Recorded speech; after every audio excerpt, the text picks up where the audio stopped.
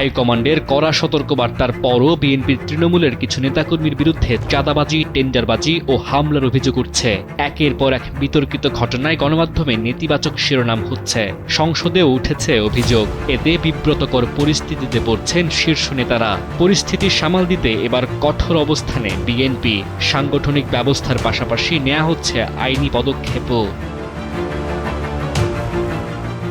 দেশব্যাপী চাঁদাবাজদের তালিকা করছে প্রশাসন।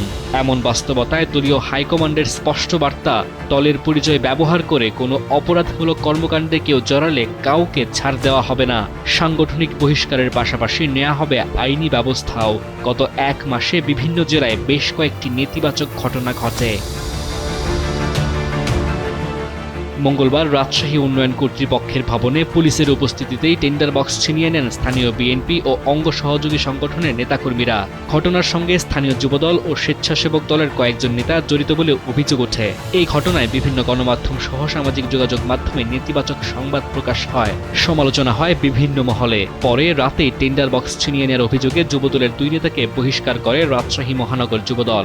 এর আগে রোববার বাস টার্মিনালে চাঁদাবাজির অভিযোগে কুমিল্লা আদর্শনগর উপজেলা বিএনপির সভাপতি রেজাউল কাইয়ুমকে আটক করে পুলিশ। এরও আগে নেত্রকোনা ৫ আসনের জামায়াতে ইসলামের সংসদ সদস্য মাছুম মোস্তফার উপর হামলার ঘটনা ঘটে। এই ঘটনার বিচার চেয়ে সংসদের স্পিকার বরাবর নালিশ জানান ওই সংসদ সদস্য। বিব্রতকর পরিস্থিতিতে পড়েন সরকার দলীয় সংসদ সদস্যরা। পরে সরকার দলের দায়িত্বশীল মন্ত্রীরা ঘটনার সুষ্ঠু বিচারের আশ্বাস দেন। কেন্দ্র থেকে নেওয়া হয় সাংগঠনিক ব্যবস্থা। এরও আগে নোয়াখালীর হাতিয়ায় সংসদ সদস্য ও এনসিপির সিনিয়র যুগ্ম মুখ্য সমন্বয়ক আব্দুল হান্নান মাসুদের গাড়িবহরে হামলার ঘটনা ঘটে।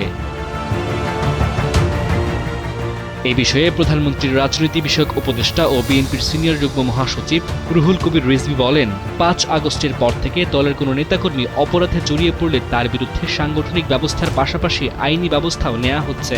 বিএনপি সরকার গঠনের আগে ৭ সহস্রাধিক নেতাকর্মীর বিরুদ্ধে সাংগঠনিক ব্যবস্থা নেওয়া হয়। সরকার গঠনের পরও বেশ কিছু নেতাকর্মীর বিরুদ্ধে সাংগঠনিক ব্যবস্থা নেওয়া হয়েছে। দলের নাম ব্যবহার করে কেউ অপরাধ করলে তাকে কোনোভাবেই ছাড় দেওয়া হবে না। এটাই বিএনপির নীতি নির্ধারণী ফোরামের সিদ্ধান্ত। ডেস্ক রিপোর্ট, সময়ের আলো।